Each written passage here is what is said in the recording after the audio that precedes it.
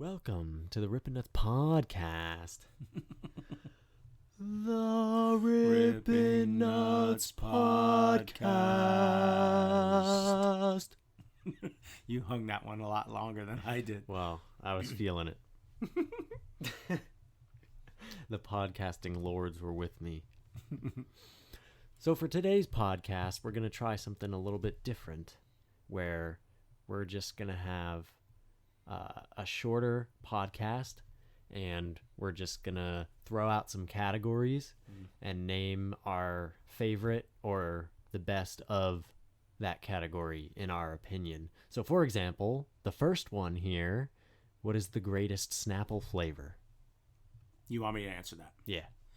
I've always been a fan of the lemon, but I'm going to say raspberry's my favorite. Lemon tea or lemonade? The lemon tea. Yeah, I don't think Snapple has a very good lemonade. I think you could do way better with a Turkey Hill lemonade or something. But yeah, I would say the out of all of Snapple, I like the half and half the best, because peach tea, you can do better with a peach tea even. I'm starting to think Snapple is just an inferior all-around drink. Now, but wait a minute. You also like the half and half in Arizona. Is Arizona better than the Snapple half and half? No. The Arnold Palmer is like a last resort half and half. Really? Wow. It's good. It's just... Well, I guess Arizona's out as a sponsor if they ever... There goes that one. And Snapple.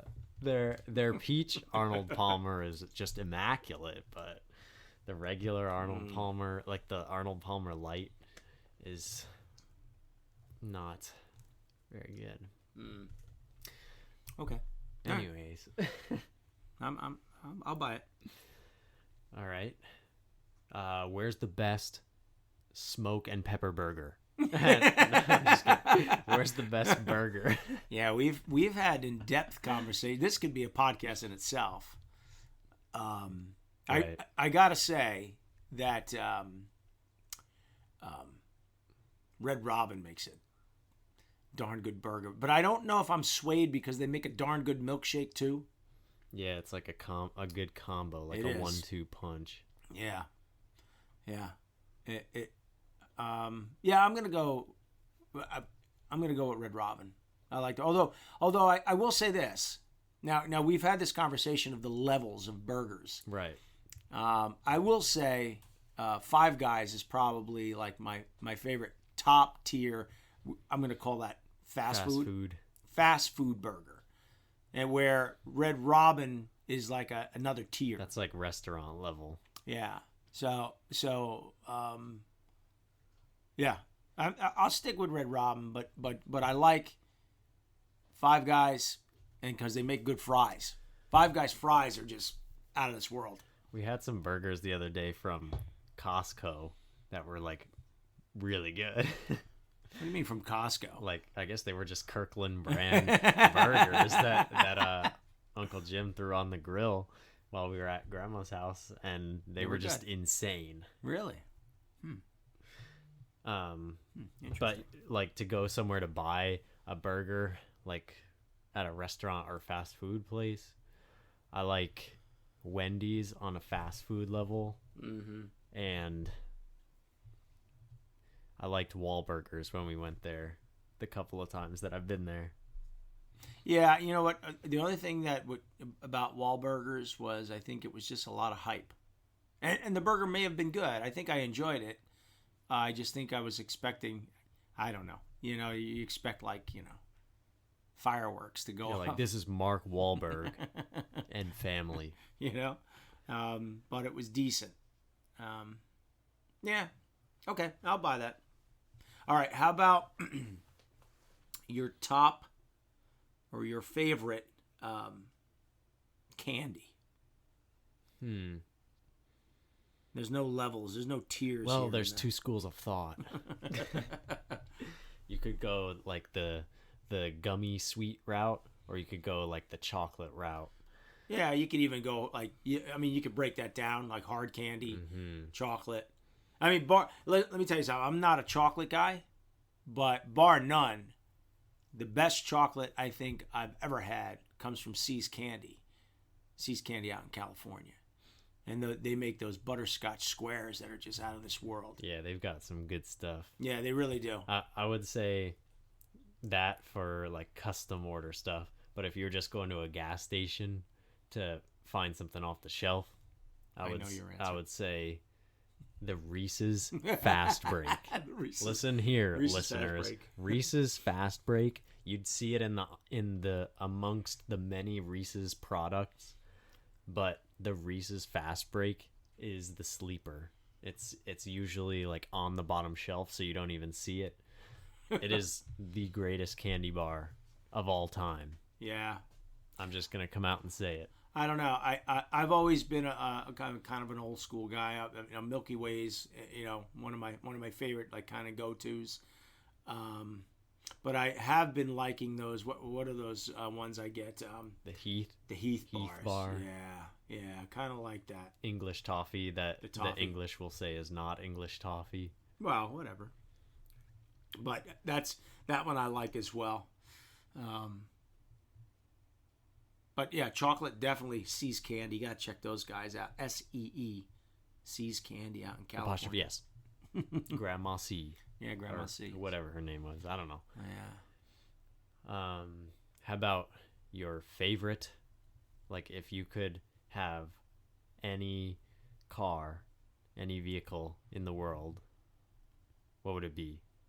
Any vehicle? Yeah, like a car, I guess. Yeah, you know what? I'm pretty simple. I mean, I know a lot of people like, the fancy Lamborghinis or the Ferraris or the Maseratis. I'm not. That's just not me. I would take a nice Jeep recently I've been on the 1967 Ford Bronco kick. So I mean, right now, if you ask me, although when I first started driving, I had a 67 or 69, I think it was 69 Mustang 3-speed. I wouldn't mind a nice Mustang, kind of like John Wick had. That thing was badass, huh? That thing was cool. But I like either a Jeep, Bronco. Right now I'm on this Ford Bronco kick because I think they're kind of old Ford Broncos look pretty cool. Let me take a Tesla Cybertruck. Now, is that the one two motors? Is that the one that the windows were supposed to be shatterproof? Yeah, that is the one. I just think that would be really cool to have a Cybertruck just rolling down the street in this like jagged truck. It looks like it should made be by driving. Tesla. Should be driving on the moon or Mars lunar landing or something like that. The bed of it. So it's like a pickup truck basically, but the bed has like a roof kinda that like closes, so it's one figure. You know how it looks like a triangle kinda. Yeah. It like the top of the bed closes, so it's just like one solid shape of a vehicle. That's interesting. How much do they? How much I are think those? they're like.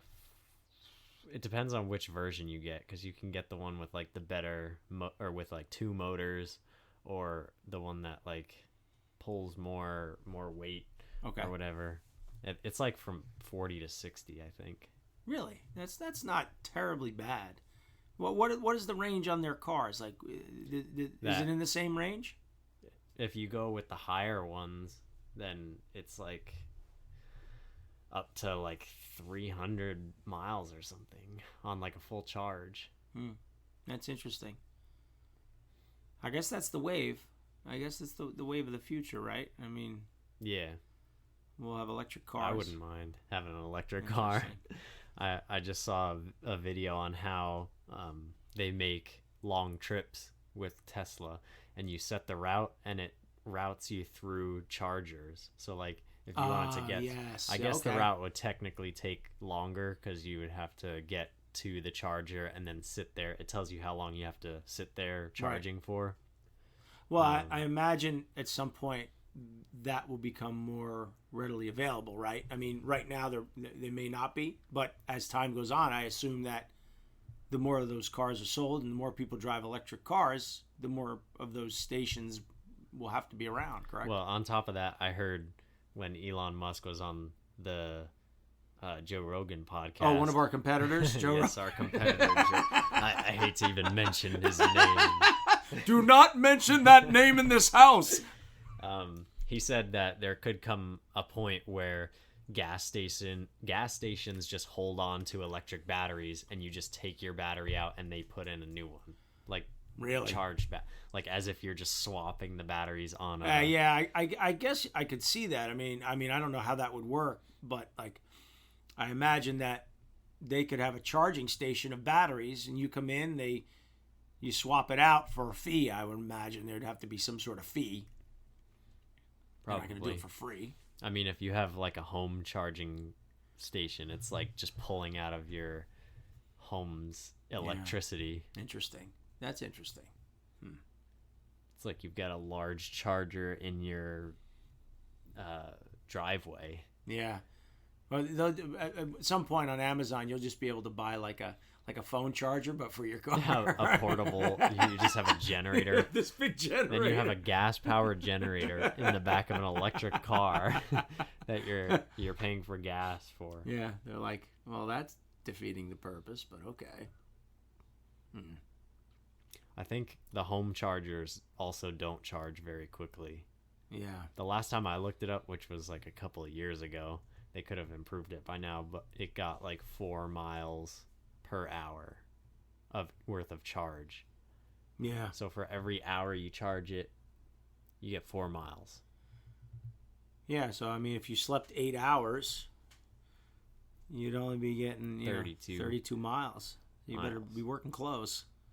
I could make it to my place of work on that. Well, maybe it would be a healthy thing where you would like, I'm going to drive 10 miles and then I'll run the rest of the way to work. So everyone will be really healthy because they're like, I can't get that far. Interesting. So what's the best bottled water? Yeah. And why is it Fiji? Yeah, I do like that one, although, I'm almost embarrassed to say I like that one because I just get this feeling that there's some kid at the tap and just filling these bottles up somewhere and he's slapping a label on and it's, I don't know. It's pretty smooth. Yeah, it is. I'm just saying that I don't know how that, like, does somebody go and check, like, is it really a spring? Like, is there just this babbling brook is like, and there's some kid with a bottle just like, gloop, gloop, gloop, gloop, gloop. Oh, look at that. That's perfect. I don't know, but that is my favorite. I had one of those this morning. I had a liter this morning of that. I think whichever water you grow up drinking winds up being like the best water to you. So like Poland Springs is like what I think is like the standard. From my water taste. I told you when I was younger, there was no such thing as bottled water. So we used to drink Tropicana orange juice, which was in glass containers. My mom would rinse them and clean them, and then we would fill them with tap water, put the cap back on, and throw them in the fridge, and that was your cold water. So there was no bottled water when I was younger. And there was no disease. You just have an insane immune system. And because the dinosaurs were just dying, yes, we were pretty safe. No, stop it. You just dodged the meteor that killed them all. Yeah, it had just passed, and I was like, oh, boy, what is that? What is that thing flying around? No. Yeah, I don't know. I mean, I think there's a market for bottled water, and that's why it's there. But you could just get a Brita filter. Yeah, and we had one connected to our sink for the longest time. It was a filter system. Whatever. Yeah, bottled water. Maybe it's a hoax. Maybe it's not. But it's now we want to get away from bottled water because of the plastic. There's always something. Yeah, we thought we were doing good. Like again, when I was young, you used to get milk came in a glass container. And even further than that, baby bottles were glass. But I guess when you're a little baby and you hold that little plastic bottle and you're drinking, like imagine it's this heavy glass bottle. That's why babies were ripped back then. Yeah, they were shredded by the age of 3. They were like, they could like lift cars and stuff like that. I think I saw that on the Superman episode. But anyway, all right. How about, where would you say would be the best place or the top place you'd want to go on vacation? On vacation. Anywhere you want. Money is it can't be, no object.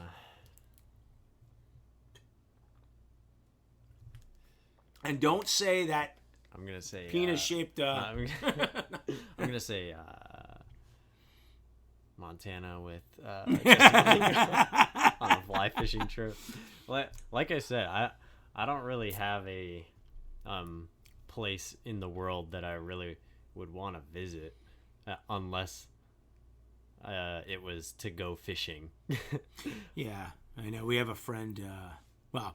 We met him because he taught us how to fly fish, and then he took us on a couple fly fishing trips.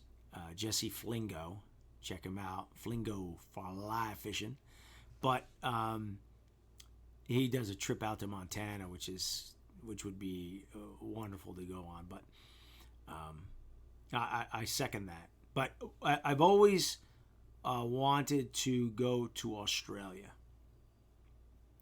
And I'm not going to be upset if I don't go. And have a Vegemite sandwich.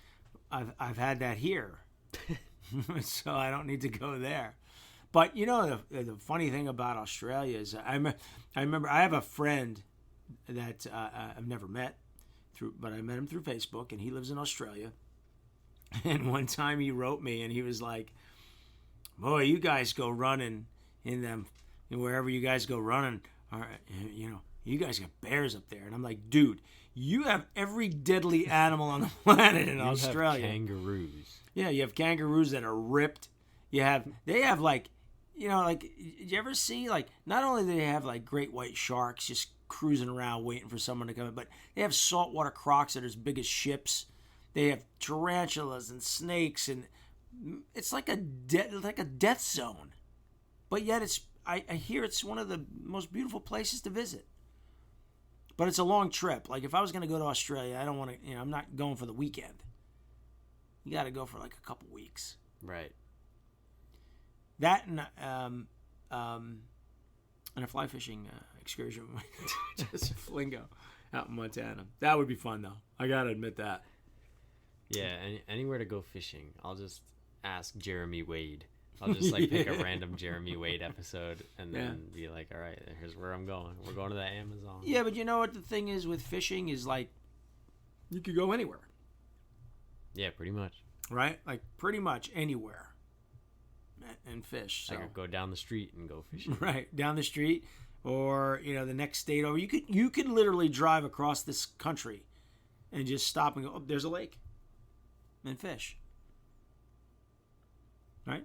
Yeah, pretty much. That's how I find spots. I just look at Google Maps. I see a little blue spot on the map, and I'm like, all right, here's where I'm going. I love those YouTube. I watch them all the time where guys are like, oh, this is looks like a fish basin or like a drainage basin, and they go fishing in there and they catch like crazy fish in there sometimes. I wonder if that's planted. Nah. Well, you remember one time we went fishing. Remember we went fishing over where were we? And I threw that rubber worm into that drainage because you said the day before you were there and you were getting nibbles, and I caught a bass in there in that drain pipe. At Sourlands. Oh, Sourlands, yes, that's where we were. So I would think like when I was younger, we used to go down to the river, and there were times when the water would rise because of rain, and then when it would recess, the water would go back. I remember a couple times finding like big catfish in little wading pools because they got stuck when the water went back. So I guess it's possible. A fish can get stuck in, like a drainage pipe or something and survive or die. Whatever happens to it. Maybe. Yeah, it's possible. Yeah, fishing trip you can't beat. That's fun. But that'll change. You'll see something you might like, and yeah, I'll just be scrolling through Facebook and find something cool. You're like, I gotta see that. Well, it's like it's deceptive too, because when I was down in Texas, I stayed in San Antonio. I had to go down there for work. I stayed next to the Alamo, and I was like, oh, this is so exciting.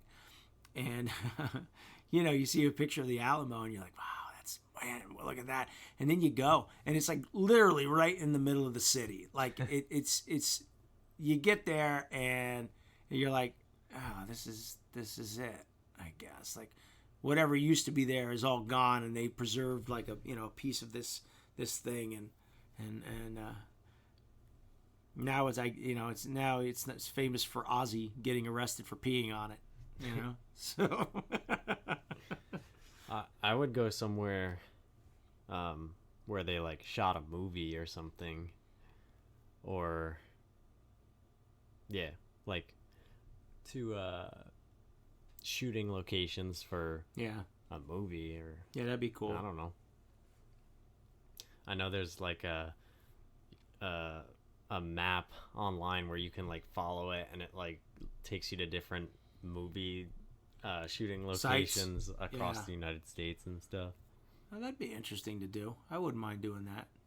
There's a lot to see in this country of ours. Either that or going to hockey games, like just that'd different be fun. Different hockey arenas. Here's one for you. I've been around a little longer.